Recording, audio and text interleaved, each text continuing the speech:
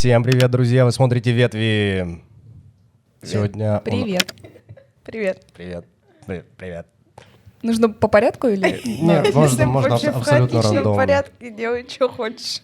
У нас сегодня в гостях Вика. Меня зовут Виктория Черепанова. Обычно так я представляюсь, потому что это мое имя. Ну, на самом деле это не мое имя, это был бы более острый поворот. Я стилист, работаю на съемках, работаю персонально. Вот, и сегодня, я думаю, мы поговорим о стиле. И сегодня я пришла исправить вас всех. Нет, кстати, у меня нет такой профессиональной деформации. Серьезно? То есть ты заходишь в какое-то место, заведение, и ты не оцениваешь, как одет человек? Ну, оцениваю, но меня это не бесит. Конечно, я оцениваю. Иногда я просто играю в такую игру, анализирую, что бы я поменяла. Я понимаю, что фигуре не подходят, например, определенные сочетания в одежде. Этой фигуре нужно минус 20 килограмм. Меня такие моменты, скажем так, не бесят. А Еще если- никогда не даю совет, когда мне его не спрашивают. Это прям золотое качество. И вообще у меня есть такое правило, я работаю с человеком только когда он действительно реально этого хочет. Если просто мне говорит подруга, посоветуй мне что-нибудь, давай там поменяем гардероб, еще что-то, но я знаю реально, что она это не хочет делать, просто она хочет воспользоваться мной. Твоими услугами? Да. И это никак ее не изменит. Я стараюсь этого не делать, потому что это бесполезно. Человек должен к этому прийти. Человек должен осознать, что мне нужно поменяться. Он должен понять, что он будет вкладывать в это деньги и так далее. То есть это такой процесс. А как вообще проходит вот это вот сие мероприятие? К тебе приходит человек, говорит, я хочу научиться сочетать вещи. Это все начинается с разбора гардероба. Понятно, что все ко мне в основном обращаются через Инстаграм. Я знакомлюсь с человеком. Если я ее вообще не знаю, мы даже встретимся, пообщаемся, чтобы понять вообще, что она хочет, что ей нужно. И после этого я приезжаю к ней домой, она должна все подготовить, разложить всю одежду, обувь. Смотришь на гардероб и я всё, поеду всё. обратно. Разные бывают ситуации, абсолютно полярные. Вот прям. Я весь процесс прям не буду рассказывать, но мы отбираем там ненужные вещи, которые уже не подходят, которые она не носит, какие-то супер неактуальные вещи, да, выбираем. И из того, что осталось, мы формируем новые комплекты и записываем потом виш-лист, что нужно купить. Чтобы как-то правильно их сочетать. То, чего не хватает. И потом мы уже там, если она хочет, мы идем в магазин, либо онлайн как-то заказываем вещи. Давай, может, сразу, какие самые распространенные ненужные вещи ты видишь в гардеробе, которые тебе сразу бросаются в глаза чаще всего, и ты говоришь, вот от этого нужно избавиться? У всех индивидуально. Часто есть вещи-клоны, например. Она думает, что она купила другие джинсы, а это точно такие же джинсы, но такие есть какие-то заморочки. То есть дублируемые вещи мы тоже отсекаем? Не все. Нет, не все. Главное, чтобы это гардероб не состоял из одних там одинаковых джинс и футболок и так далее. Стив Джобс вышел из чата. Это мой уровень. Нет, понятно, что у каждого своя база должна быть. Если девушка там разбирается, когда понимает, что ей нужно, у нее есть свой капсульный гардероб, своя база, и понятно, что вещи более-менее похожи. У меня тоже там своя база, опять-таки, разные джинсы, рубашки и так далее. Но индивидуальность в том, что у них свой крой определенный, который мне нравится, который подходит. Я думаю, там про актуальную базу тоже нужно поговорить, потому что это не всегда скучно, потому что сейчас такой стереотип, если база, что это типа футболка и джинсы, но... И представление, как будто это просто черно-белый цвет какой-то, Да, очень многое зависит именно от кроя, от актуальности одежды. И можно вообще абсолютно с базовыми вещами выглядит очень стильно, тем более если правильно подобраны аксессуары, обувь, это вообще может сделать весь образ. Я вообще страшный шопоголик, у меня столько вещей, но в основном это все какие-то базовые. Что ты замещаешь этим? Потому что... Поговорим о психологических проблемах. А что, это реально так? Это стилисты, болезнь? это психологи в своем роде, да, потому что очень много нужно прорабатывать.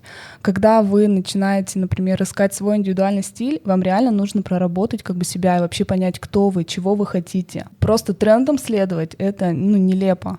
Ты Ну, как бы это тоже что-то постоянно говорит о всё, человеке. да, меняешь, ты не знаешь, ты ищешь. Да, есть как бы поиск себя, это у всех.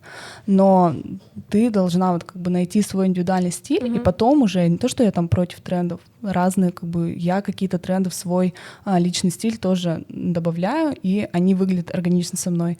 Но если бы я постоянно только трендовые вещи носила, это было бы очень как бы странно. Я не знаю, как у мужчин, но, например, у девушек ты просыпаешься утром, и ты такой: так, я сегодня буду в виде бомжа какого-то там, худи. У мужчин точно так же. Точно так же. Либо я надену пиджак, вот сегодня у меня был Просто выбор. дальше мысль не идет. Вот, например, когда начинаю работать с клиенткой, я с ней разговариваю, какой у нее вообще там жизненный круг обстоятельств, это так называется, чем она занимается, там, какое у нее окружение, куда она чаще всего ходит. Понятно, что гардероб там, мамы в декрете очень отличается от гардероба да, которая Саргалана, например, да? Я очень Вот. люблю. И, например, в процентах мы это в круге там расписываем примерно, где она бывает чаще всего, и вот под каждое жизненное обстоятельство у нее должен быть свой наряд, скажем так, свой комплект какой-то. Ну, это кто-то говорил, что самый главный показатель адекватности любого образа — это его приемлемость. То есть одежда должна соответствовать Да, случаю. все должно быть уместно. Как бы, вот, да, что я не люблю, так это неуместность. Все должно быть как бы уместно к месту. Но сейчас же настолько поменялись, как сказать, стандарты, что ли, в сочетании, то, что ты в классический костюм можешь надеть кеды, кроссы, и это выглядит очень Это круто. супер, да, это классно. Ну, мне кажется, стандарты поменялись, но определенные цели и задачи все равно есть. Они остались, они просто немножко сместили свое содержание, но в целом-то... Конечно, сейчас мода стала вообще более свободной. И сейчас вот нет даже каких-то таких трендовых вот вещей. Сейчас не трендовые, не вещи трендовые, а сочетания трендовые. Есть какое-то определенное сочетание, которое сейчас актуально. Понятие тренда, но сейчас вообще уже размывается, и скоро, может, его вообще не будет. Мне, То например, есть здесь сейчас в погоне именно за индивидуальным стилем это очень круто, потому что индивидуальный стиль — это то, что отражает тебя, то, что ты хочешь с помощью одежды донести миру. Да, в конце концов, вот возвращаясь к разговору о том, что стилист — это психолог в первую очередь, ведь одежда и образ человека — это манифестация его личности, соответственно, это просто какая-то внешняя часть нашей психики, которую окружающие видят, и можно, очень много вложить в свой образ, чтобы тебя адекватно воспринимали. Или нет, как в моем случае. Нет, ну почему? Ты органично выглядишь, мне кажется, в своем образе, потому что ты занимаешься тем. Джиу-джитсу. Звоните по телефону. Ссылки в описании. ЕКТ, БЖЖ. Лучшая команда в Ну, как бы России. было бы странно, если бы человек, никак не интересующийся по подобной культуре и тематикой, выглядел подобным образом. Ну, А ты как бы в этом органичен. Ну, вот так.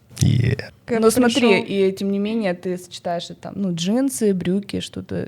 И ты Ну, штаны, по крайней мере, да, носишь. что-то есть. Под городской стиль ты это интерпретируешь. У меня долгая была история с тем, что вся моя одежда в первую очередь, скажем так, испытывалась не с точки зрения кроя, сочетания с фигурой, а просто тупо социальной приемлемости. Я иногда смотрю фотографии свои, когда мне было лет 20. Я думаю, господи, я же выглядел как фрик, почему мне никто об этом не сказал? И при этом у меня, так как немножко обсессивно-компульсивный склад характера, я если начинал вдруг носить, допустим, трекинговые ботинки, у меня через какое-то время просто вся одежда, у меня не было другой одежды, кроме туристической. Потом у меня не было никакой другой одежды, кроме тактической. Я просто ходил как потерявшийся северокорейский солдат в городе. И люди, конечно, очень странно на это реагировали. То есть в крупных городах еще ладно, а вот потом где-то мой первый заход на территорию вот социально приемлемого гардероба случился, когда я в Германии жил, в небольшом городке. Там все цивильно были одеты, и одеты были хорошо.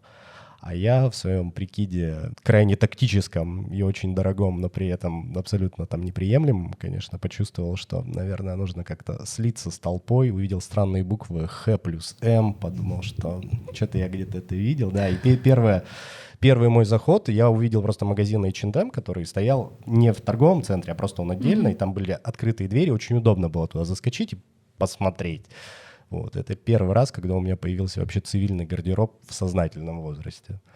Это был как раз вопрос именно вот этого адекватного восприятия со стороны людей.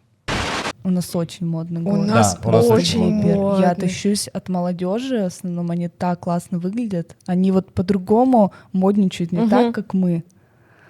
О боги. Они так Это было сочетают ужасно. вещи прикольно. круто. И обычную вещь повседневную и какой-то яркий акцент, и ты так идешь, восхищаешься. Ну, если бы я так надела, я не знаю, я бы чувствовала себя некомфортно. Очень как бы вообще люблю. Реально, Якутск очень модный город. И если к нам кто-то приезжает в первый раз, он говорит, вы у вас же типа как Корея. Такие Я все как согласен. кореяночки ходят. Ну, реально это так. Я очень люблю. И когда я там прилетаю в какие-то другие города, ну, я редко, конечно, там это делаю, но тем не менее, даже в том же в Хабаровске, Владивостоке абсолютно другая мода. Вот у нас... Там приморская мода. Прям. Да. Но мне кажется, у нас проблема такая существует в Якутске, что если у нас появляется какая-то вещь, вот возьмем бежевый тренч, вот в котором я сегодня пришла, и все, и у нас же сразу появляется актуальная вещь, весь город, ну, мужчины, я не знаю, но вот девушки все это начинают в этом везде ходить. Это везде так. И вот в Москве, я помню, был какой-то период, вот эти зеленые юбки в пол, это было просто такое чувство, что ты... Может, это челлендж какой-нибудь? Ну да, это Митинг, выглядело как может. челлендж. То есть это было настолько массово, что это даже не воспринималось как какое-то адекватное течение вещей. Ты просто выходил и думал, что происходит, почему все в униформе. Да.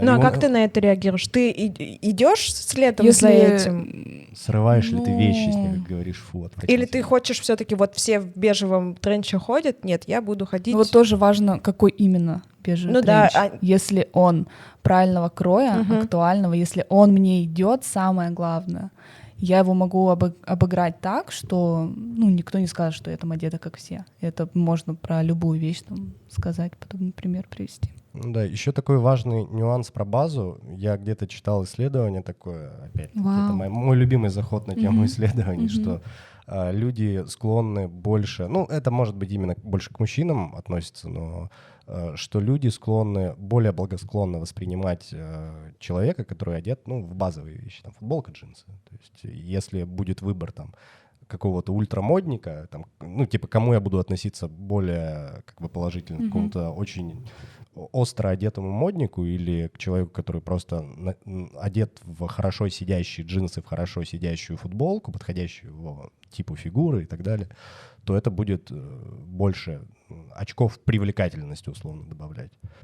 Ну да, наверное, потому что вообще все необычное пугает чаще всего людей. И даже когда я, например, одеваю девушку как-то по-другому, не так, как она себя привыкла видеть, она все такая, ой, я не знаю, там что-то как-то начинает ей некомфортно становится. Я говорю, подожди, ты привыкнешь. Ей кажется, это где-то слишком смело, хотя я знаю, что нет. Но я не создаю там какие-то трэш-образы, да, у меня достаточно все, у меня свое как бы видение красоты, и я его несу в этот мир, скажем так, и люди, которые, девушки, ко мне обращаются, они согласны с моим видением, поэтому обычно все всегда проходит, классно. Но это не говорит о том, что я их одеваю так, как я одеваюсь. Многие как бы считают, что стилисты одевают так же, как сами там выглядят, но нет, это не так. Вот тут именно главное понять, кто этот человек, чем он занимается, да, что он хочет получить. Индивидуальность нужно, да, чтобы была индивидуальность, это очень прям важно. Это же, кстати, очень интересный момент, когда ты человеку предлагаешь какой-то образ, он не экстремальный, ничего такого, но при этом человек себя в нем чувствует как-то неуверенно себе, то есть как будто бы мне это не подходит. Ну да, потому что потому что он непривычно. ходил в сером, в черном цвете, в одних штанах, одинакового кроя Или и так вообще без далее. них. Может быть, и потом на него надевают какое-то красивое, яркое платье, естественно, человек теряется, ему... Вообще нужно проще относиться к одежде, к моде. Вот я хоть и работаю в этой сфере, но я считаю, что нужно очень просто к этому относиться, не бояться, пробовать, примерять что-то, да, например, не хочешь тратить деньги на вещи, которые, возможно, ты не будешь носить, ты иди в магазин, сфотографируйся, полностью образ, потом иди домой, посмотри, и вот со стороны всегда как бы лучше видно, и ты уже понимаешь, ну да, мне идет. Я сама так делала. Вот вчера думала, там, что купить. 2 образа сфотографировала, поняла, что нет, хорошо, что я это не взяла. И вообще, когда сомневаешься, лучше не брать. Вот если есть Да, вот нет, всё, болты, как ты бы просто- ты уже там пару раз, Мгм. если оденешь, то А хорошо. как у нас обстоят дела с выбором одежды в Якутске? Ну, Ну, сейчас доставка принято, появилась. принято говорить, что плохо, но на самом деле все становится намного лучше. Во-первых, да, открывают все-таки магазины. Много у нас сейчас там здесь то, что шьют одежду, да, какие-то локальные бренды, дизайнеры у нас есть. И, конечно, доставка. Супер. Но многие не заказывают вещи онлайн, боятся. Ну, конечно, Вообще боятся. Многих. Как Либо ты заказываешь? просто Я говорю, заказываешь. Я вообще просто потом 2 раза на возврат всё сделала, потому Мгм. что я четко знаю, какая вещь мне нужна, и я там их рассматриваю досконально. В общем, очень к этому так отношусь и, в принципе, всегда попадаю в точку. А многие боятся, потому что говорят, у меня нестандартная фигура и так далее. Поэтому с ними мы чаще всего это офлайн как бы шопинг, что-то потом заказываем. Чисто с мужской точки зрения, я так скажу, у нас, мне кажется, в городе изначально была очень большая проблема, во времена моей там, школьной юности, действительно, не было тупо базовых вещей. То есть найти просто прямые джинсы, без потертостей, без заниженной талии. Вот тупо джинсы невозможно было. И, наверное, мои ровесники про это помнят. Просто футболку однотонную, любую, без принтов, без ничего, опять-таки классического кроя, невозможно было. Сейчас практически все бренды предлагают свою коллекцию базовых вещей. И можно выбрать ту, которая тебе нравится. И вот по поводу того, подходит, не подходит. Если ты знаком с размерным рядом какого-то бренда, то примерно знаешь, что можно всегда сделать возврат, если что. Да, и что в основном обычно... Я даже не помню, когда последний раз делал возврат, при том, что я все свои вещи обычно заказываю только через у меня доставку. тоже, мы мужу тут ничего не покупаем вообще. Супер что-нибудь там. Вообще нигде простое. ничего не покупаю. По-моему, вот с мужской именно модой, магазинами в Якутске как-то посложнее. Я вот с мужчинами не работаю, но А даже мужчины там, не например, обращаются? Было пару раз, но я не бралась, потому что нет, как бы. Тяжело я именно... Зачем делать что-то, если ты как бы не уверен, и я на этом не квалифицируюсь, скажем так. Я их отправила к своему коллеге. А ты бы хотел воспользоваться услугами стилиста? Да мне норм. Я не Мне и знаю. так нормально. Мне и так нормально.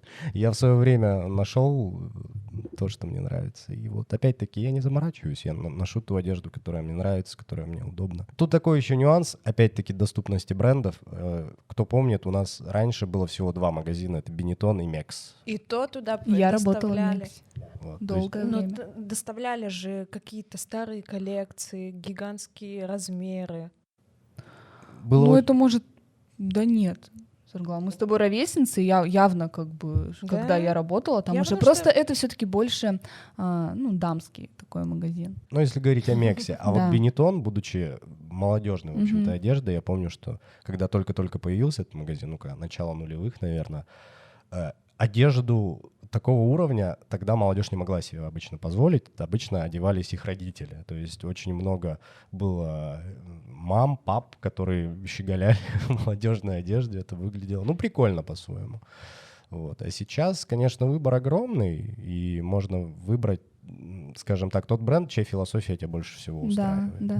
Но я в своем детстве даже не могла мечтать там ни о Мексе, ни о Бенетоне. Открылась джинса, а я сама из Покровска. И это типа вау. И мы там долго, если купил что-то в джинсе, потом с этим пакетом, типа там в школу ходишь. джинса Помните, да? или И мы это еще, целое ещё? да, еще собирали эти этикетки все. Я помню, у меня такая коробочка была, я туда складывала, зачем? Пакеты, вот прям, это так мило на самом деле. Когда есть большой недостаток чего-то, Да. и когда это наконец-то появляется в твоем владении, это, конечно, в первое время рвет башню. Да, я когда смогла позволить себе покупать вещи, мне реально, я закрывала все свои детские гештальты, просто все скупала. Не все скупала, что могла как бы себе позволить. Если раньше всегда там одну куртку, я не знаю, сколько сезонов носишь, и мне там говорят, зачем опять купила джинсы? Блин. Надо. Вообще, да. И у меня прям вот это я прорабатывала этот момент, что, ну, я хочу, я могу себе позволить, я могу себя побаловать и так далее. Почему чье-то мнение должно влиять на это? А сейчас, когда я уже вообще работаю в этой сфере, понятно, что мне всегда нужна одежда. Ну, мы вот, кстати... Но у меня, кстати, мало одежды. У Вот тебя реально, мало? у меня А, мало то есть, одежды очень. это Относительно. же правда, то, что твой гардероб может состоять из 20 каких-то вещей, и ты можешь делать там огромное количество образов. Да, это правда. Я хочу тебя, Вика, Да. к себе в роли стилиста. Да, давай. Ой, потому Бери. что у меня очень много вещей, и я ношу одно и то же. А должна носить все. Ты должна все носить из своего гардероба. Ничего не должно у тебя просто так висеть. Да это у меня импульсивные покупки. Мгм, Например, вот насчет мгм. этого пиджака я его надевала раза 2, Мгм. и все, и все. И так очень много вещей висит, просто Мгм. так. Ну, я видела, ты сейчас Да, распродаешь, как у тебя. Потому что Как у меня у тебя почти все. продажи? Они причем почти все. Покупает машину на следующей неделе. сказала. Они причем все с этикетками. Мгм. Я этим летом приехала, вот, Мгм. вот те джинсы, которые Мгм. сейчас на мне, я приезжаю, разбираю свой гардероб и вижу джинсы. Я такая, так, что это? Добрый и я день. понимаю, что у меня одинаковые джинсы. Я просто на каком-то подсознательном уровне увидела их летом. О, хочу такие. Мгм. Приезжаю, у меня две пары одинаковых Ну джинсов. да, нам прям нужно с тобой поработать. Прям всё. Тут требуется Ну, я в профессиональная плане помощь. именно понять, что, почему ты это делаешь. Я не Потому знаю, что это болезнь. ты- Я ты смирилась же- с тем, что Мгм. это болезнь. Я всем говорю, ничего не знаю, это не лечится. Это называется отрицание, одна из стадий, в общем-то. Дальше должен быть гнев, торг, принятие. Принятие, ну, не скоро принятие, Мгм. конечно. Ну, я, конечно, я тоже люблю там шмоточки, смотрю Мгм. постоянно, что-то хочется, но я понимаю, что, ну, зачем мне покупать, если я не буду Но носить. причем я сейчас на том уровне, когда вот раньше я скупала все, вот Мгм. типа какую-то хрень увижу, ой, все, хочу. И я вот Мгм, ходила, скупала, а сейчас я более грамотно подхожу. И я даже начала говорить, стоя у зеркала в гардеробе, ну, Мгм. в примерочной, тебе это надо? И Мгм. я вот так стою полчаса. Отвечаешь нет, и все равно покупаешь. Ну, это долго, но я вот прям стою, тебе это надо? Как ты будешь это сочетать? Начинаю думать, Мгм. с чем, как, что. Ну и да, всё. вот реально, когда ты покупаешь, если у тебя созревает какая-то импульсивная покупочка, то ты должна подумать, так, я должна с этой вещью придумать минимум 5 образов. И если они есть, то ты имеешь право. Ну, у меня такое правило, например, то Тоже я могу хорошо. купить. Мгм. А если один, то зачем вообще? Вот ты один раз выйдешь и все. Ну, это бред. Есть, конечно, какие-то вещи, которые ты просто там для коллекции покупаешь. Мгм. Это уже другое. Или от которых тебе жалко там избавиться. Ты их какие-то памятные вещи, Да. которые ты не носишь, но они для тебя памятные. Их тоже там не обязательно отдавать или продавать, просто аккуратненько там в коробочку сложил, и они у Лежат. тебя лежат. Шкатулочку. Да. Но вообще лучше делать разбор гардероба перед каждым новым сезоном, и вот то, что ты не носишь, избавляться от этого. Либо продавать, отдавать, я не знаю. Мне удобно, я там в Покровск к маме отправляю, потом вспоминаю, такая, так, кстати, вот это сейчас мне пригодится. Мама, Тоже, да. ну-ка перерой-ка там 30 пакетов. Шучу, конечно. Ну, либо я отдаю там кому-нибудь просто. А что у тебя в Еще предпочтении? гараж сейл, очень крутая вещь. И если ты не участвуешь в гаражной распродаже, Мгм. то ты можешь просто с подружками: привет, давай, приходи, там 3-4 подружки, да даже 2, нормально, да, и вы уже приносите, там какие-то они приносят тебе вещи, и вы совершаете такой У обмен, нас же совсем примерка недавно, и да? так далее. была Гараж сейл, такая да, штука. и сейчас еще будет воскресенье. Может, ты чем-то страдаешь, вот именно там, ну, подожди, я еще не договорила, например, манией скупать обувь, вот что в твоем гардеробе обувь много? больше всего я покупаю, Вот, у тебя да. много обуви. Ну да, да. Например, у меня сумки.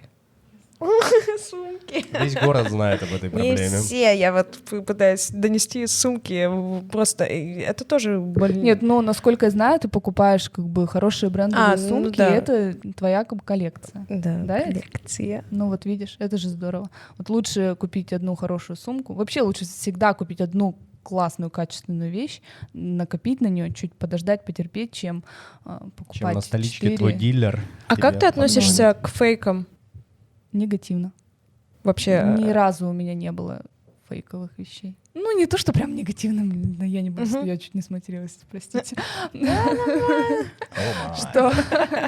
Что я не буду там общаться или как-то пренебрежительно отношусь, но я никогда себе не покупала. Если даже он качественно сделал. Да, хотя у Себя меня не есть обманешь. даже там подруга, которая... Есть же еще как бы фейки, но они шьются... люксовые, Да, да. но они шьются на той же фабрике, где шьется и, получается... Оригиналы. Да, оригиналы. ОЕМ, так называемый. Да, вот, и она говорит, я купила. Но реально хорошо выглядит. Но у меня вот это как бы в голове я бы, наверное, не смогла. Ну, я больше того скажу, есть, допустим, в Китае целые сервисы, когда ты приходишь в магазинчик, говоришь, мне нужна такая-то, такая-то, то есть по каталогу выбираешь, потому что в Китае это уголовно наказуемо, на самом деле, фейки. Ну, такие откровенные Как бы делать. парадоксально это не звучало. Да, как бы, ну и поэтому, собственно, в Китае вот еще в 90-е было много Абибаса и всего остального, ну потому что оригинальный брендинг использовать нельзя. И сейчас есть целый бизнес, где ты приходишь куда-нибудь на какой-нибудь рынок Ябалу, ну его нету, правда, сейчас уже. Это название китайского рынка в Пекине. Вот. И там можно действительно у человека, который связан с какой-то фабрикой, с какой-то мануфактурой, заказать себе вещь, при этом разной градации, то есть вплоть до того, что ничем будет вещь не отличаться от оригинала, но будет стоить, но при этом не будет стоить копейки, это тоже будет дорого. Да, то есть, да, потому что качество действительно хорошее, просто нет именно. Да, моего. себестоимость есть Да. себестоимость. Ты Этикетки просто убираешь вот эту маржу за счет самого бренда. И, ну, я не знаю, как к этому относиться. Наверное, если тебе уж так не живется без Луи Виттона, ну, пожалуйста. Кто тем более отличит? Всегда, мне кажется, нужно жить по средствам. Если ты, там, не знаю, в кредит берешь эту сумку, это, конечно, супер странно и нелепо. Ты же не берешь кредит, я- ну вот. Я не шоколадка. А если ты там, да, ты как бы накопила. Я накопила. Нормально. Тем более мы живем в такое время, когда все-таки и бренды сильно обесценились, с одной Да, стороны. да. И Даже люкс, сейчас уже считается, что нет как такового люкса, потому что если раньше люкс — это только ручная работа, очень ограниченный тираж, то сейчас вообще такого нет, потому что все очень массово шьется. Ну, причем сейчас же взять, например, сумочку Prada, вот с кармашком, вот эту, вот, очень же много брендов, которые, ну, типа вот Zara. Реплики, ну, да? масс-маркет, реплики который делает делают. реплики, да. И вот, ну, вот Лучше так, Да. я считаю, лучше так, чем фейк. Как человек из области рекламы, меня, конечно, всегда сам феномен брендов, конечно, удивлял, потому что, ну, взять, к примеру, наручные часы, да, то есть, ну, у меня сегодня не какие-то именно прям часы-часы, но я раньше очень увлекался и глубоко, опять-таки, копал в эту тему. ты коллекционировал часы или что? Ну, я коллекционировал, ну, скажем так, это были не дорогие какие-то модели часов, это были модели, которые ценились в сообществе часовых гиков, то есть это разные... Редкие, да, Да, какие-то? редкие сейки, там, редкие какие-то буловы, то есть швейцарские бренды, которые не очень известны, не очень дорого стоят, но они очень котируются за счет своего качества. И я пришел к тому, что... Ну, и об этом все практически говорили на форумах, кто реально люди, которые тратят миллионы на свое хобби, потому что, понятное дело, на хобби мы тратим обычно больше всего денег, абсолютно неадекватные какие-то количества. Вот они говорили, ну, вот у меня, допустим, есть оригинальный Rolex Submariner, да, и это самая подделываемая модель часов в мире. И я могу сказать, что вот у меня есть фейковые, и их невозможно отличить. Их тупо невозможно отличить. То есть можно их взять один к одному, взять микроскоп, посмотреть, что вот здесь, допустим, шлифовка была выполнена немножко другой зернистостью. То есть, ну, это очень сложно, даже когда у тебя есть и оригинал, и фейк. Когда это на руке у человека, ты никогда в жизни не поймешь, это настоящие часы или подделка. Я как-то летел в самолете, и у меня в кресле рядом сидел вот мой сосед, ну, молодой парень какой-то, и увидел, что у него на руке часы Omega Seamaster. Ну, по тем временам они стоили, не знаю, там 150 тысяч рублей, к примеру. Ну, на современные деньги это где-то 300 тысяч рублей. А мне тогда было лет 25 условно, там паренек сидел явно младше меня. И одет был, ну, не супер-пупер. Я думаю... Ну, или ты откровенный, как бы, фейк надел на руку, что не очень, или я не знаю, у тебя просто вот на хобби хватает денег, и ты реально 300 втарил на часы, которые все равно вокруг будут считать, что подделка, потому что, ну, вряд ли ты себе можешь это позволить. То есть, ну, сложно, да, то есть непонятно, зачем ты их взял. То есть, безусловно, хорошие часы, красивые, и качество очень классное. Но... Ну да, это какой-то псевдостатус, да, который да, ты хочешь. непонятно. Это так же, как и вот с подписчиками, когда накручивают, я вообще не понимаю. Но вас смотрят все равно 300 человек. Зачем вы делаете, что у вас 20 тысяч? Ну, да. вы сами себя обманываете. Ну вот это вот случай, когда это непонятно, это реально часы Шрёдингера. То ли они настоящие, то ли нет. А потом ко мне как-то, я на съемной квартире жил, ко мне пришел участковый. И у него тогда бренд Рада выкатил свою коллекцию керамических часов. Они стоили каких-то абсолютно по тем временам неадекватных денег. И вот у этого участкового висела, ну, вот самая распространенная на тот момент модель, да, которая стоила по тем временам, 1200, где-то так. А может, он вообще не знает, что это? Ему там жена подарила, он и не знает, что это какие-то часы. Такая жена, ой, Вася так на своей работе заморочился, на возьми часы. Все бывает. Нет, как бы, может, это фейк, а он вообще и не знает там ни про эту фирму, ничего. Ну да, часы. Да. Может быть. Черные стрелки тикают. У меня бы папа вообще бы не влюбился, например. Опять-таки, да, может быть, все бывает в этой жизни. Тем более, видишь, ты с мужской стороны смотришь. Вот я там хвастаюсь своими сумочками, говорю, вот имена даже у них есть. И я вот показываю друзьям, и они такие... Это сумка. Там и сумка. Вот это лучше, потому что тут ручки есть. Да, во. Ручек нет. А тут кармашек, это очень Ну, я бы за практично. это, 3000 рублей бы дал. Да, а Швы там ровные. по 2 сотки, и ты такой, ну ладно. Ну, конечно, я говорю, все-таки вот если мы говорим про аксессуары, мне кажется, это именно что это больше хобби, это больше то, сколько мы вообще готовы на это потратить. Но аксессуары — это очень важная прям в образе деталь. Они вот все, ты можешь абсолютно просто выглядеть, но если у тебя хорошие часы, сумка, там, обувь, Но сейчас, очки, мне кажется, да, всё. вообще такая тенденция. И вообще, если ты аккуратная, потому что, стиль — это реально не про бренды и шмоточки. Ты в целом должна следить за собой, да, хорошо, всегда опрятно выглядеть. У тебя должен быть хороший там маникюр, аккуратные ногти, макияж и так далее. Все норм. Я музыкант, мне нельзя у меня. А я просто А, как вот бы, ты... да. А у меня отказалась. нормально всё, я не Но знаю. ты же еще визажист. Да, был. Ты же начала... Был такой опыт. Ты Да. что? Ну нет, я уже, конечно, не совмещаю, потому что иногда я крашу на съемке моделей, но так клиентов нет. Там подружек могу. Но это сложно, и плюс я же арендовала помещение, арендовать помещение, работать и тут, и там не хочу. Все-таки, когда ты на чем-то одном. А то есть тебя могут, как это сказать, пригласить на съемку в роли визажиста? Нет, так уже нет. Только либо... только стилист. Просто если я сама провожу съемку, я говорю, чаще всего они знают, что я работала визажистом, говорят, накрась там и так далее. Сделаю Сложно укладку. было отказаться? Я вообще не жалею, потому что я начала с флористики сначала. Меня вообще этот мир моды и красоты всегда очень привлекал, но я как-то была, наверное, не уверена в себе, вообще тогда не было там стилистов, и вообще даже не могла представить, что я там буду стилист. Что это такое, типа, да? Кто я такая? Какие такие были моменты.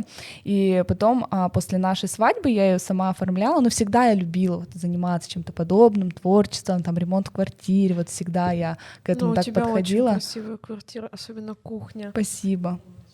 Мне Сейчас жутко здесь будут надоело. фотографии квартиры. Кухня. И где там у тебя фотосет в белье? Да. Ну я в белье уже и не только в квартире. Да, уже и по улице ходим. Да, это был. Ну давайте я вернусь, да, к чему там.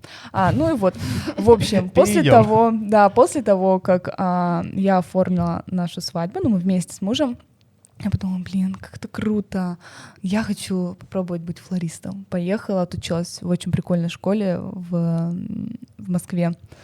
Начала здесь практиковать. Мне, в принципе, все нравилось, но это было не как способ, чтобы заработать деньги, да, а просто, да, вот мне хотелось как-то себя реализовывать именно творчески. Я тогда работала в офисе. То есть ты совмещала флористику и работу в офисе? Да.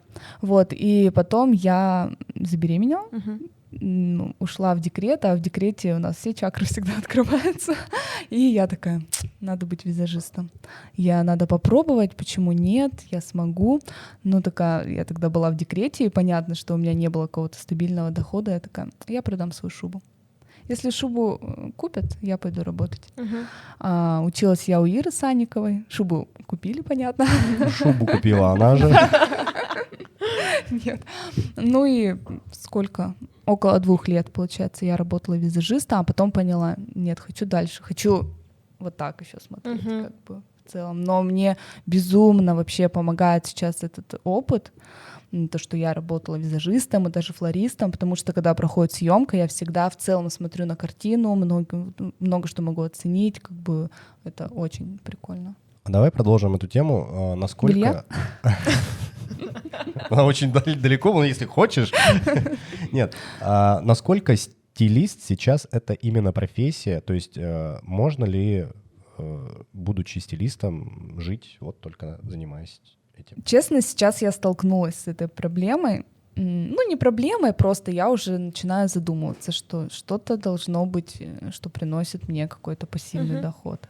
Сейчас у меня есть там несколько вариантов. Ну и потом я на самом деле стилистом-то работаю всего ничего, и все еще впереди. На самом деле цели, которые я ставила на этот год, они уже достигнуты, и поэтому дальше больше, как говорится. И можно там все равно различные делать проекты и коммерческие, которые тебе будут приносить доход, да. Понятно, что это какая-то все равно сезонность, иногда месяц хуже, месяц лучше, но в средней какая-то сумма там. Ну а в Якутске можно ли достичь потолка в этой профессии? Говорят, да. Но у нас же не так много каких-то съемок масштабных. Ну поэтому я, например, работаю стилистом, я иногда работаю как модель и, как блогер, иногда делаю обзоры и так далее. То есть все равно я совмещаю. Ну и прикольно сейчас, я думаю, вот насчет блогинга как-то больше это развивать, потому что, оказывается, людям интересно. Хотя я вообще ни разу себя не позиционирую как блогер, и всегда это там, вскользь что-то рассказываю. Просто реально, когда я хочу чем-то поделиться, оказывается, людям интересно, и я думаю, что нужно делать на этом деньги, да? Шучу. Не шучу, это не но шутки. это не шутки. Вы понимаете, жизни. потому что это тоже своего рода работа, и если у меня это хорошо получается, почему бы мне не воспользоваться этим? Ну да, мы продолжаем ту же тему, что в наше время мы должны монетизировать максимальное количество своих навыков. Да. Это абсолютно нормально. И не стыдиться, потому что ты не воруешь там деньги и так далее. Может случиться то, что ты вот завтра проснешься и такая, так, все, здесь я попробовала в роли стилиста, хочу дальше. У меня еще, смотри, сейчас вот у меня есть этот вопрос, поэтому я думаю, что еще там делать. Есть несколько вариантов. И плюс я не замыливаюсь, вот глаз у меня не замыливается, потому что я работаю как на съемках, так и персонально. А обычно, на чем-то одном квалифицируется. Поэтому я всегда вот это разбавляю, ты мне очень не надоедает. в этом плане. Ты тут снимешься, и тут какие-то вы же еще эти снимаете. Я не знаю, как его зовут. Сережа? Сергей, да. Вот, и я как-то к нему зашла на страницу. Во-первых, он меня поразил, как он одевается, такой. Как я вообще там влюбилась. Думаю, напишу ему, а потом такая, ладно, не буду. Да, у него, кстати, свой очень крутой бренд, он сейчас развивает. Вот, Сергей я Грейс. бы хотела, потому что, раньше, как мы вообще познакомились, меня позвали на съемочку, мне так понравилась работа именно профессионалов. Ты собрала очень качественно. Потом, кто у нас, Настя, да, была, она все подобрала, Майя потрясающе сфотографировала, и это так чувствуется, нежели чем ты придешь одна такая, у кого-то там. Да. Но сейчас вообще уже в основном, когда проводят съемки, всегда приглашают стилиста, визажиста, то есть и я всегда на этом, не то что настаиваю, но рекомендую, потому что тогда абсолютно другой вообще результат. Да, и ты не думаешь, да, вот именно очень и результат потрясающий. Ты не устаешь. Ты не устаешь, потому что ты не занимаешься какими-то посторонними вещами. Ты пришел, сделал свое дело, и все. Потому что когда ты, ну, действительно, у тебя фотосессия, ты устаешь, когда ты позируешь, там просто у тебя семейная съемка и так далее, ты все равно следишь там за какими-то моментами, тем более, если это с семьей, там, с ребенком, с мужем. Вот. А так ты пришел, действительно, перед съемкой все согласовывается, проходит примерка, все утверждаем, визажиста я там рекомендую, да, девочек, с которыми часто работаю. Ну, очень радует, что у нас Якутск в этом плане развивается, Да. и скоро достигнем уровня правильного. Ну, очень много в Якутске вообще творческих людей, и сейчас эта сфера стиля, моды, вообще всего. Постоянно у нас в Якутске какая-то движуха, постоянно что-то делают, и поэтому очень круто. И на самом деле люди наконец-то пришли к правильному выводу, что интеллектуальные силы, они тоже имеют свойство заканчиваться, и кажется, что да, это я сам могу сделать, это я тоже сам могу сделать, на это у меня силы хватит, на это. Но на самом деле, чем больше ты распыляешься, тем хуже результат по факту. То есть нужно обладать очень большой силой ментальной, чтобы вывести скажем так, составные какие-то многоаспектные работы. Это реально сложно, и именно для этого нужно делегирование. Нужно, чтобы каждой сферой занимался профессионал конкретно, который заточен под эту область и умеет это делать хорошо. Да, и потом, когда ты где-то работаешь, ты должен постоянно учиться и делать это в двойном там размере, развиваться в двух разных сферах. Даже если они похожи, это очень сложно. Что ты думаешь по поводу дресс-кодов в какой-то обязаловке, в работе, в учебе и так далее? Ну, я считаю, что дресс-код нужен. Все-таки на работе, если работодатель просит, понятно, что ты должна придерживаться дресс-кода. При любом дресс-коде можно выглядеть стильно, на самом деле, все равно, если это не супер там строгий дресс-код, если это там smart casual, например, либо что-то такое между деловым стилем и между casual, да, где можно все-таки как-то экспериментировать. Вот, то есть я считаю, что все равно дресс-код, он, тем более на учебе, он тебя дисциплинирует, как-то организовывает. Да, всегда нужно аккуратно выглядеть, уместно. Опять-таки, если ты придешь там вообще в чем попало, ты даже не сможешь собраться, чтобы учиться, да, что-то запоминать, что-то делать, поэтому это очень тебя... есть, да, есть там порассуждать, можно понять, что это где-то тебя сковывает, да, хочет... особенно если на учебе он хочет как-то самовыражаться. Да, но это все, мы переживали, наверное, эти стадии, но все-таки я за дресс-код, считаю, что в учебном заведении нужно всегда быть уместным, я на пару хорошо вообще в пижаме выглядеть. ходила, ужас. Серьезно? У меня просто пара в 8 утра начиналась. Да как будто в Китае училась. Я просто в интернате училась. Я договорилась с преподом, я говорю, я прихожу каждый раз на вашу пару, но я прихожу с кружкой кофе и в пижаме. Это очень странные условия. Я прихожу на ваши пары. Потому что нас единицы, кто жили в интернате, а все остальные из города приезжали. И я такая в пижаме, в толстовке. Я помню, я в офисе, когда работала, все равно я придерживалась дресс-кода, не сказать. Он не был супер строгий, но все равно, даже если нет строгого дресс-кода, ты всегда, даже если вообще он не прописан, все равно ты должна уместно выглядеть на работе, собрано. Даже когда ты надеваешь просто футболку, жакет, да, сверху, ты уже себя собраннее чувствуешь, нежели ты вот так. Я просто считаю так, что на Западе очень яркий пример того, что очень много учебных заведений, где есть очень строгий дресс-код. На работе есть casual Fridays, и у нас люди реально думают, что это значит, что в пятницу можно в пижаме прийти. А на самом деле по западным меркам, casual Friday — это ты можешь прийти без рубашки и галстука. Ты можешь прийти в блейзере, ты можешь прийти в свитере под пиджаком, к примеру, что-то такое. Люди не понимают реально этого. А там целая культура построена на том, чтобы свои эти хотелки, особенности, самовыражения органично вписать в этот дресс-код, то есть обыграть как-то, обойти эти требования и при этом, соблюдая дресс-код, как-то все равно свою индивидуальность подчеркнуть. И это, я считаю, очень классное упражнение на самом деле, которое в дальнейшем тебе может помочь. Ты можешь все так же ходить в стандартном синем костюме, в белой рубашке с галстуком, но при этом у тебя через аксессуары, через крой, да, через, может быть, фактуру ткани ты можешь выглядеть совершенно по-другому. Не знаю, самый дурацкий пример: Владимир Познер всегда носит красные носки. Фишка. То есть человек выделился. Уже он не просто пожилой ведущий, уже есть какой-то визуальный элемент. Да, и насчет студентов, мне кажется, просто им нужно понять, ну не знаю, поняла бы я, конечно, если бы я там на первом, на втором курсе училась, но можно носить джинсы. Просто важно, какой у них крой, какие-то, чтобы он там не рваные и так висячий, далее. вот да, эта да. мода какая-то Ты же в рэперская. джинсах просто не как бы хорошего, правильно кроя, в которых как бы тебе не стыдно прийти на вот учебу. если мальчики носят Вы сейчас, эти мне кажется, немножко не очень скини, понимаете.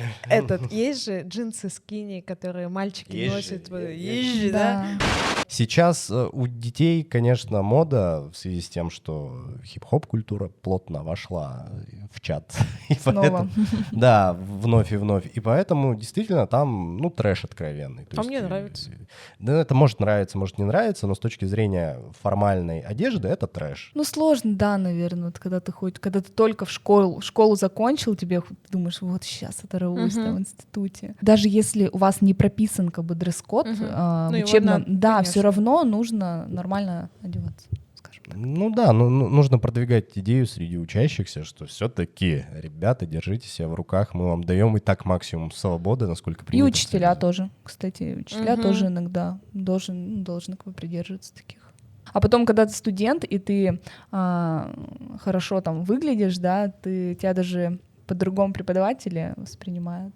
Тоже Конечно. нужно взять на заметку студентам. Ну, это же Как ты выглядишь, это очень много значит, на самом деле. то, что встречают по одежке, Да. работает вообще во всех областях. Dress to impress. Я, кстати, очень удивлялся в свое время, и это еще раз говорит о том, что у нас даже такой концепции в голове не было. Допустим, в школьные годы, когда я читал, ну, допустим, то, что на Западе люди говорят, ну, вот я приоденусь, чтобы произвести впечатление на работодателя. И мне всегда как-то, что как? То есть, да, оказывается, это такой очень важный фактор. То есть, допустим, я надену хороший костюм, хорошо сидящий, возможно, возьму его в аренду. Ну, это, конечно, в основном относится к корпоративной сфере, да, то есть какие-то крупные компании. Но если ты действительно претендуешь на какую-то большую зарплату, то человек реально может взять в аренду костюм дорогой, приодеться Никогда как не следует. понимала, как мужчины выбирают костюмы. Костюм — это вообще, это очень, конечно, Это- тонкий вопрос. Очень сложно. Очень сложный, и мне очень нравится здесь, это Гай Ричи, кажется, говорил, он британец, и там особенно еще остро стоит вопрос дресс-кода, и вот он говорил то, что я не мог одно время заставить себя надевать костюм по утрам, но потом подумал, что костюм — это ведь как рыцарские доспехи сейчас. То есть они неудобные, да, но как бы есть положение, которое обязывает то, что ты должен это надеть и выйти при полном параде. Я считаю, что это, в принципе, правильное отношение. Но тут еще такой вопрос. Так как действительно у нас сместилось все очень сильно, и теперь, ну, smart casual реально он приемлем практически везде. Очень мало компаний сейчас, тем более в России, которые действительно требуют от тебя, чтобы Есть ты еще бизнес-casual, это немного построже. чуть-чуть, да, построже, а у нас даже как бы бизнес casual у нас это вообще, ты приоделся. Это деловой называется. Да, это называется у нас деловым стилем. Лично для меня здесь есть очень классный выход. Ну, во-первых, обувь. Теперь белые кеды приемлемы практически с Да. любым костюмом. Но это кожаные. просто, это Да, супер. они были кожаные. Я кожу не или ношу, текстильные. только полиуретан. Но никто не отличает, поэтому какая разница. Зачем акцентировать? Я акцентирую на это внимание, да, я не ношу кожу. И... Почему? из- я просто сейчас Да, открыла да, врата. да. Потому что носить мертвых животных на себе — А это ты кушаешь варварство. мясо? Я не буду отвечать на этот Ты вопрос. кушаешь Но мясо? ведь искусственная кожа, не эко-кожа, а искусственная кожа, нужно называть вещи своими именами.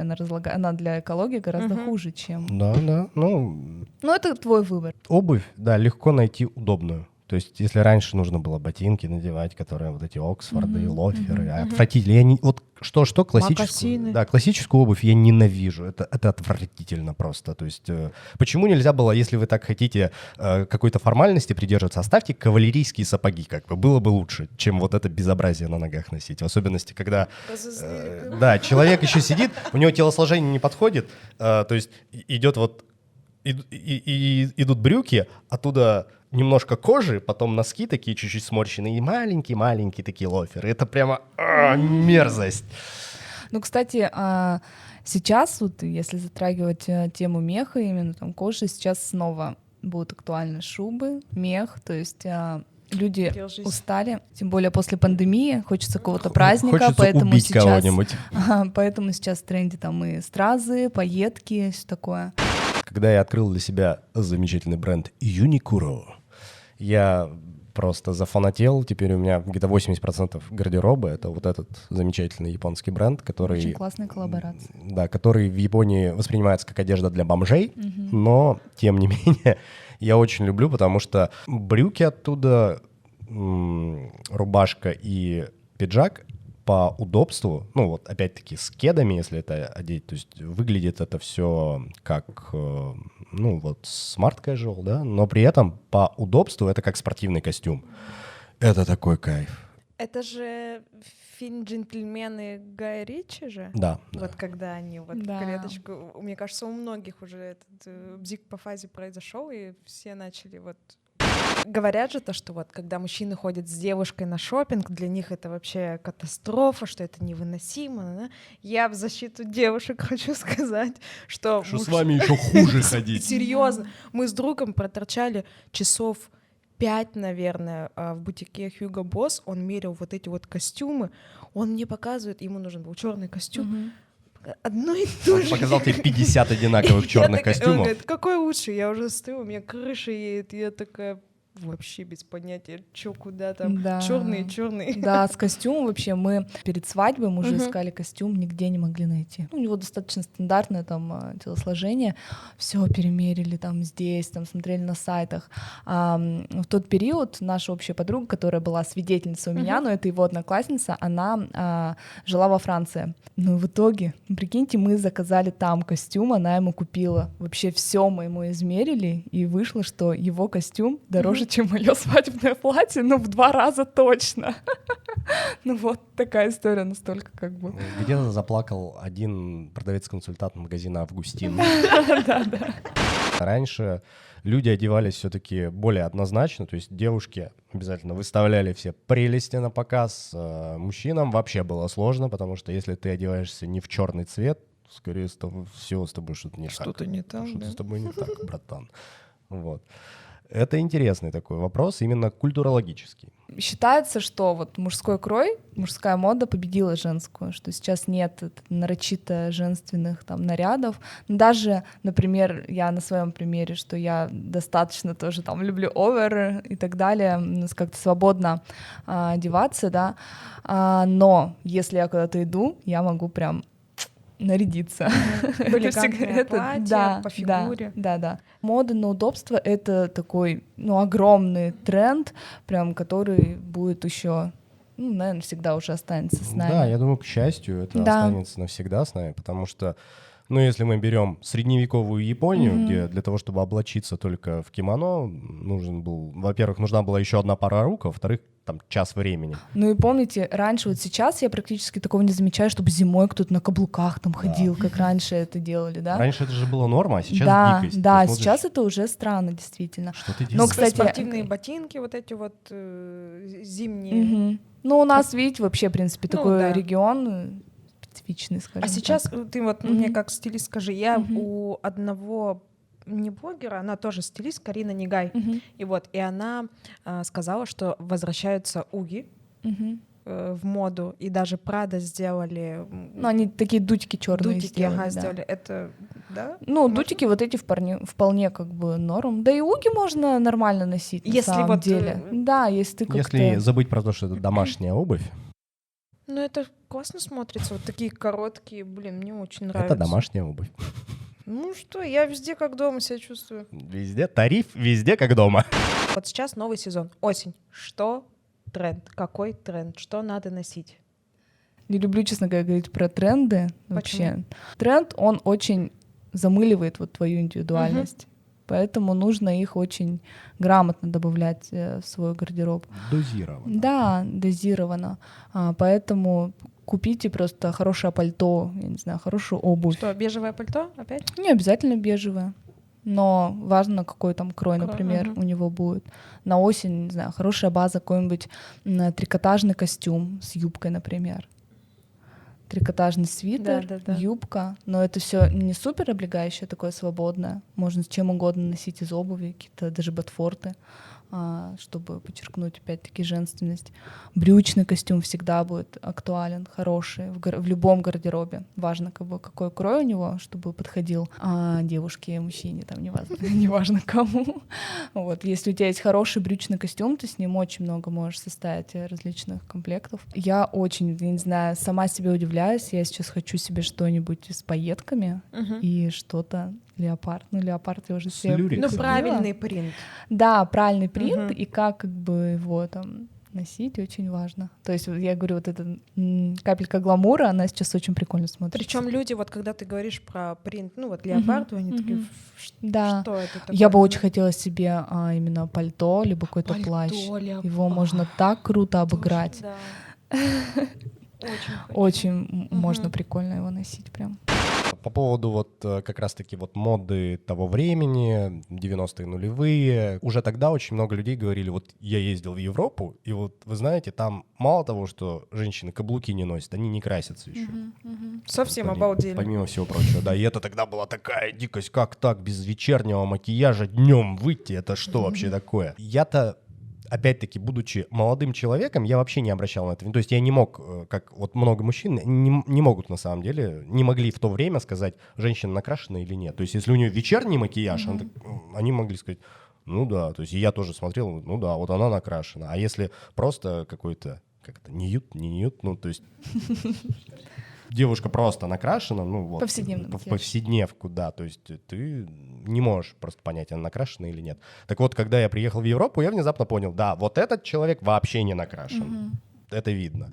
И интересно, что эта тенденция в Европе, вот она как была, так и есть. То есть человек ходит в трекинговых ботинках, с рюкзаком, в хорошей практичной ветровке от какой-нибудь туристической компании, и, в общем-то, никто особо не заморачивается. Ну, знаешь, например, мы когда были в Испании, да, там женщина, она уже в возрасте, она может быть вообще без макияжа, но она едет на велосипеде, у нее красный маникюр, то есть это... какие-то детали. Да, какие-то детали, такой творческий подход неоднозначный, это очень как бы прикольно. Затрагивая вообще там, ту же скандинавскую моду, они же первые стали носить кроссовки с платьями. Если раньше для нас это было дико, то сейчас это абсолютно... Вот у тебя, Светлана, я часто вижу, да? Этот прием очень классно, да, я тоже очень люблю. Это здорово, что комфорт сейчас постоянно в нашей жизни присутствует. Да, если мы вспомним 90-е, допустим, Бьорк, когда куда-то приходила, она выглядела там, ну, действительно, как немножко как городская сумасшедшая, а если сейчас посмотреть на ее образы, это вот то, что сейчас есть, это абсолютно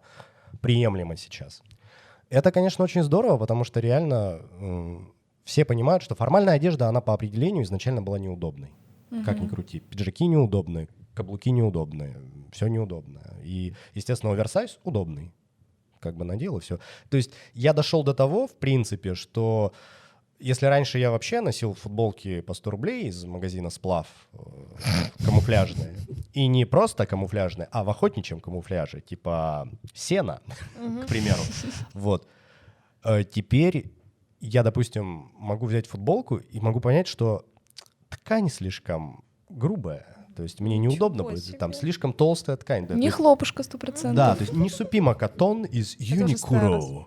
Да, то есть это дико. Я сам себя вот к своим ощущениям прислушиваюсь и думаю, ну ты, мразь, зажрался, конечно. Это просто, это мерзость какая-то. Я тоже всегда, когда делаю обзор, сама не замечаю, как говорю, и тут состав там шерсть 100%. Я такая, как бабушка такой щепетильная, вот это хлопушек там. Но я не могу, для меня это важно, чтобы была натуральная ткань, поэтому я всегда делаю на этом акцент. Да, то ли, ну это реально, то ли это возраст уже, то ли еще что-то, но... Нет, а потом это качество одежды все-таки, если ты синтетическую футболку постираешь, она там скатается, ну и вообще некомфортно. Ну да, то есть дешевый хлопок какой-то, слишком толстый, летом жарко будет. Все-таки комфорт начинает играть огромную роль в нашей жизни. То есть чем дальше, тем больше. И мы, когда пандемия пришла, это еще раз все отметили про себя, что вот это удобно, это неудобно. Я буду делать так, как удобно, потому что так качество жизни в разы выше. В чем отличается понятие стиля и моды? Если человек стильный, если мы сейчас посмотрим фотографии там Одри Хепберн, либо Коко Шанель даже, да, они и тогда выглядят классно и стильно. То есть вне зависимости От времени. если у тебя есть стиль, он читается, либо там Леди Ди, да, сейчас там у нее куча вообще фанатов, подражателей, потому что у нее был свой индивидуальный стиль, и она в любое время будет выглядеть круто. Актуально. Да, актуально. Это как бы важно. Но это опять-таки я Не заладила одежда, про не свою. одежда красит человека, а человек. Ну, это одежду. действительно так. Ну, конечно, конечно. Но круто, когда человек именно несет в массы, когда он самовыражается с помощью одежды. Тогда это вообще комбо. А где ты вот это что такое? Это Это мне Это очень нравится. нораги называется, такая японская рабочая А там куртка. вот это отдельно белое? Это ханьфу, да. Это рубашка. Ну, она и у китайцев, и у корейцев. и у А японцев есть женская такая штучка? Есть. А, кстати, вот Я хочу такую. обидно, что вот, как Так. обычно, выбор... Она точно нужна тебе? Вчера был очень смешной момент. Мы с мужем ехали за дочкой на дачу и слушали группу «Пятница». У них есть песня, называется «На тени». Я не буду сейчас петь ее. А едем обратно, и у нас «Отпусти и забудь». И мой муж просто такой брутальный на пикапе едет, и у него типа «Отпусти и забудь». С холодного дети. сердца. Да. А Мирослава модничает? Нет. Для меня это, не то что больная тема, но у нее Ты ждёшь, абсолютно... когда же У проснётся нее это. вообще там свое видение, она одевает только то, что она хочет. Я уже не покупаю то, что мне нравится. Она Всё. сама покупает. Она Выживай реально, сама. мы либо вместе выбираем, либо я примерно что-то там, что ей может понравиться, но что и я могу воспринимать хотя бы визуально, там фотографирую, ей показываю, что тебе нравится, либо мы вместе ходим по магазинам. В общем, я жду. И заплетаться она еще не любит, но волосы Это не больная даёт. тема, и заплетаться она Да, тоже не любит. но волосы не дает стричь, как бы она еще у нас там вообще пшеница, А. пшеница, у нее волосы супер светлые, потому что муж, до 6 лет вот был тоже блондином, и когда Мирославу мне принесли в роддоме, у нее были вот реально она тоже как твой ребенок, вот как Марку, Все мои Юле, дети. да. И она пришла просто там, не она пришла, ее ко мне принесли. Сама пришла. Здорово, мать. Здорово, отец. Здорово, отец, да. Голубые глаза, там светлые волосы. Я такая, что? Это Что? точно мой ребенок? Да.